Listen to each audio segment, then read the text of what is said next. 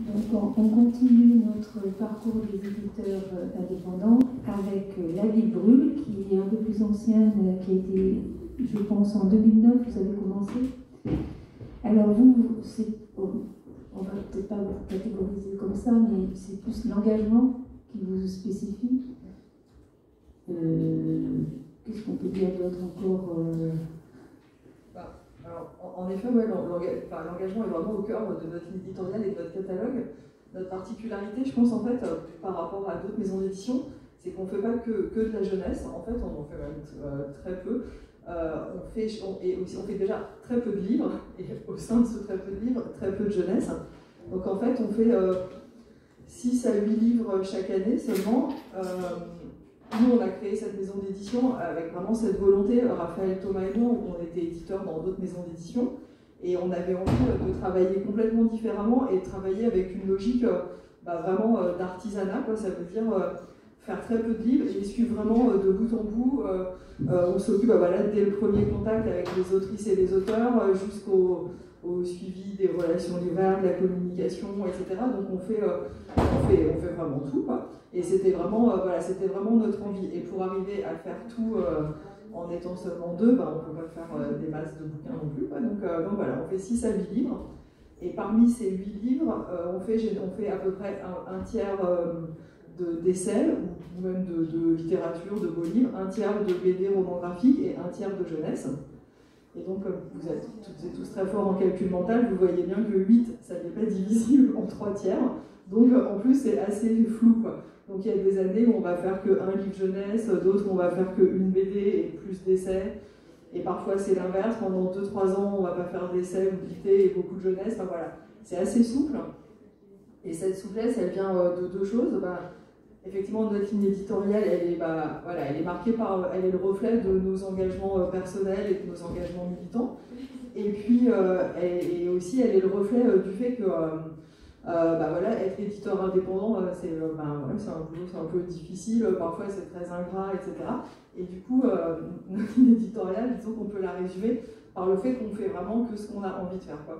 On trouve qu'on se fait quand même bien chier en général par ailleurs, et du coup au moins on se fait plaisir. Donc jamais on se dit ah là on n'a pas fait de BD depuis 2 ans, ah mon Dieu vite il faut trouver une BD à faire, ou voilà, donc on fait vraiment les livres qu'on a envie de faire au moment où on a envie de les faire et au fil des rencontres. Voilà, alors c'est vrai qu'au début, les gens ont eu un petit peu de mal à comprendre ce qu'on fabriquait et puis à appréhender ce catalogue qui peut paraître très, très disparate en fait, effectivement, et qui s'adresse aussi bien aux adultes, aux ados et aux enfants, et avec la même ligne éditoriale en fait. Donc même en jeunesse, c'est vrai que récemment on fait peut-être, je sais pas, on a fait 1 ou 2 albums, enfin même en jeunesse on fait des essais en fait. Nous, on dit qu'on est un éditeur où on fait des essais pour les adultes, les ados, et même nos albums jeunesse, c'est des essais d'une certaine façon, dans la mesure où c'est le reflet d'un point de vue d'autrice ou d'un point de vue d'auteur. Voilà. Vous pouvez nous présenter quelques exemplaires? Oui, je vais vous montrer quelques livres qui sont un peu emblématiques de ce qu'on fait, et puis d'autres qui sont un petit peu moins, quoi, voilà. Alors, évidemment, j'ai pas pensé à prendre ce qu'il aurait fallu que je prenne, c'est pas grave. Donc on a en fait une collection d'albums jeunesse qui, au sein de cette collection est paru un album qui s'appelle Ni poupée ni super-héros, et qui est vraiment un album très frontal en fait, qui traite des stéréotypes de genre, mais de façon très frontale, sans histoire. Et c'était un peu...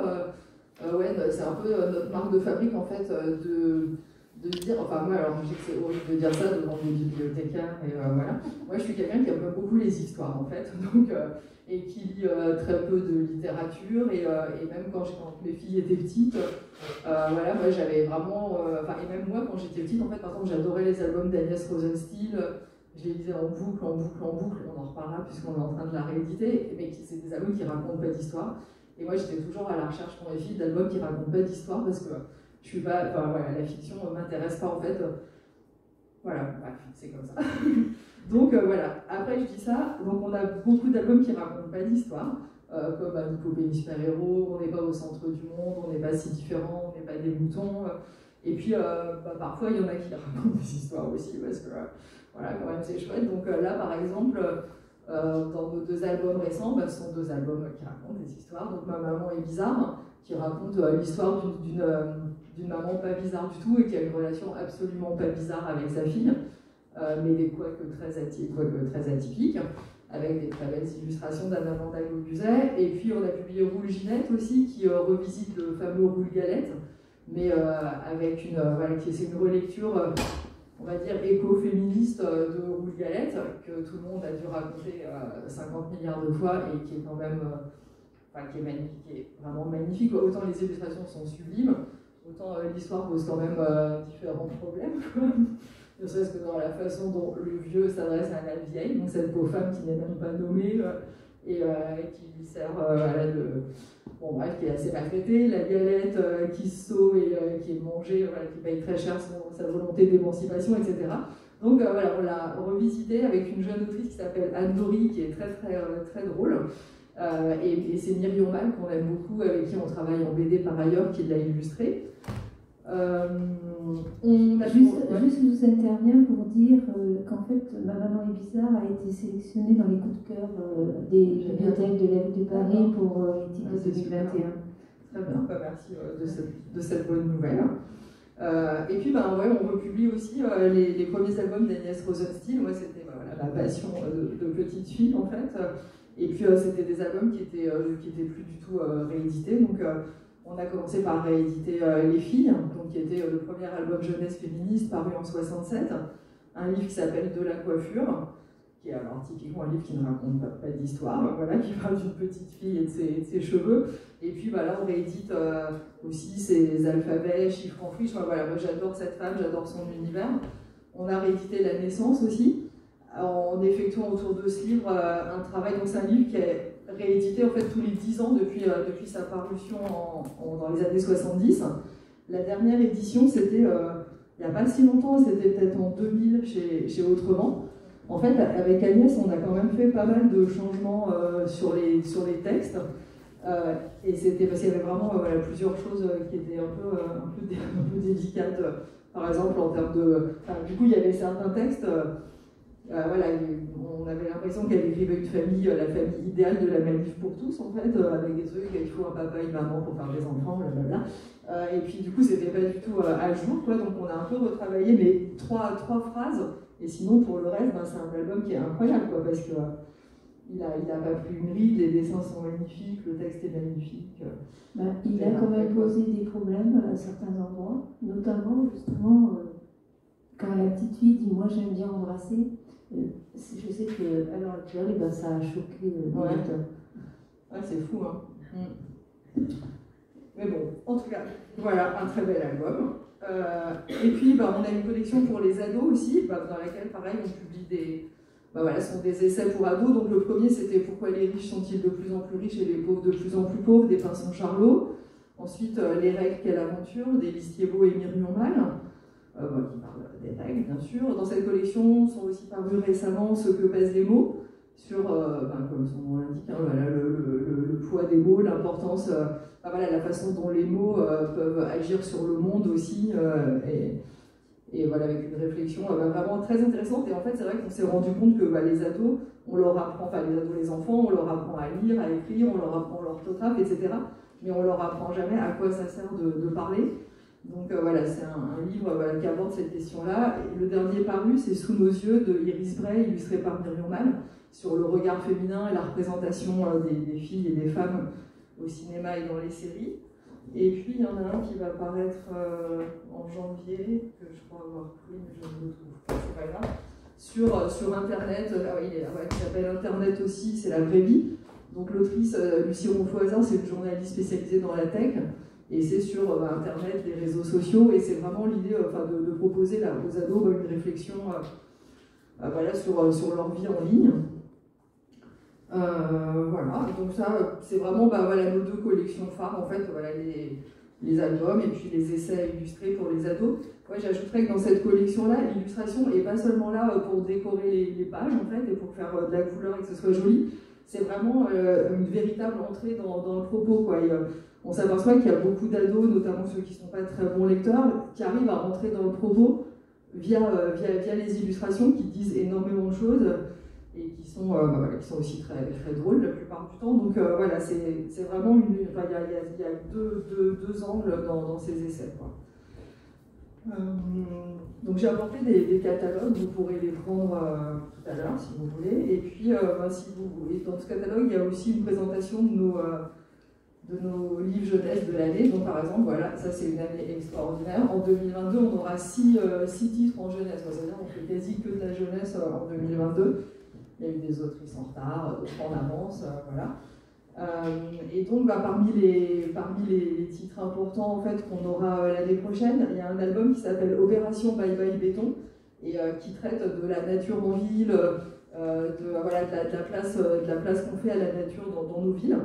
L'autrice Ophélie Damblé, c'est une jardinière urbaine qui fait énormément de choses, énormément d'ateliers. Donc si vous avez envie de l'inviter pour faire un atelier sur ça, n'hésitez pas à nous contacter. Donc notre adresse est sur tous les documents, les catalogues, etc.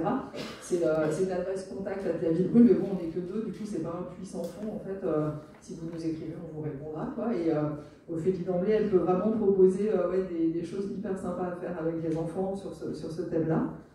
On aura dans la collection Essais Ados un essai de Ovidi, illustré par Digli sur la sexualité, qui s'appelle Tu n'es pas obligé, et qui s'adressera vraiment aux filles. Franchement, à travers la question de la sexualité, il y a tellement de sujets à aborder.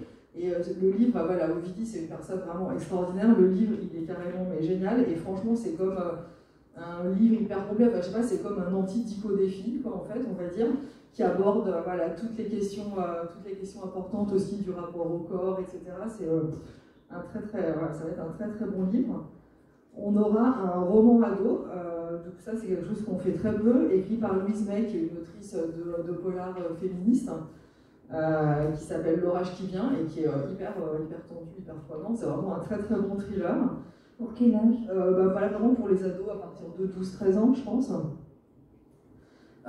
Une BD jeunesse d'une jeune autrice québécoise, et puis en septembre un album qui sera le premier album jeunesse de la chanteuse Pomme, que vous connaissez sûrement, voilà. Et Pomme, forcément, c'est aussi une autrice de paroles de chansons, donc c'est une formidable créatrice d'univers en peu de phrases, en peu de mots, quoi.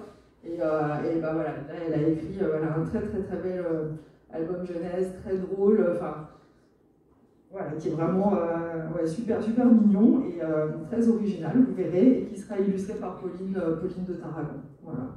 Donc vous verrez un peu l'univers de cet album, c'est celui qu'on a repris dans le petit 4 pages qui présente les titres 2022. Voilà, on a de belles choses en c'est chouette. On peut passer aux questions, s'il y a des questions dans la salle.